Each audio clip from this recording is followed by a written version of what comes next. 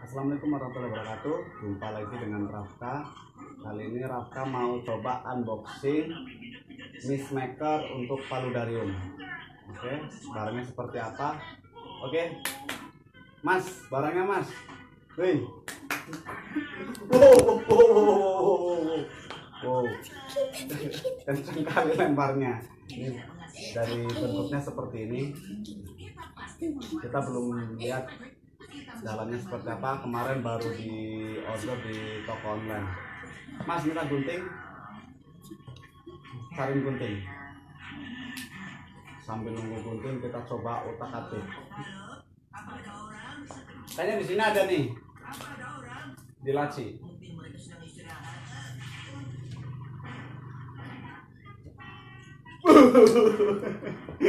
Nih serem kalau dilempar. Pelan-pelan guys.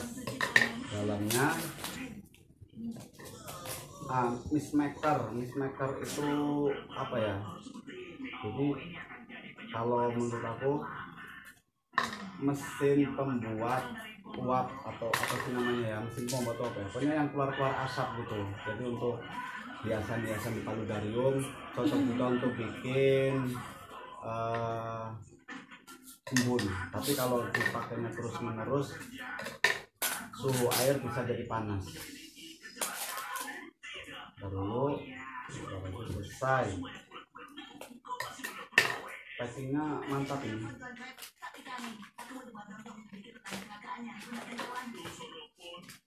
Ya seperti apa? Stop. Nah, barangnya seperti ini.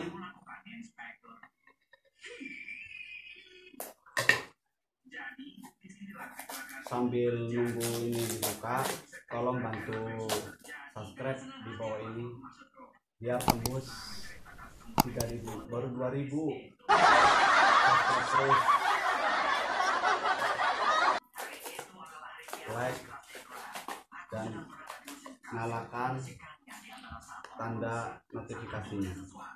Oke, jadi dalamnya ini satu dulu. Ini Mist Makernya, jadi nanti ini dimasukin ke air, jangan sampai terendam ya. Mungkin berapa senti ya, setengah senti dari air, jangan terlalu terendam. Kalau terendam nanti nggak keluar asap. Terus ada apa lagi? Simpan dulu. Ini adaptornya. Adaptornya AC/DC adaptor model 2410, input 100 sampai 240 VAC, output 24 volt.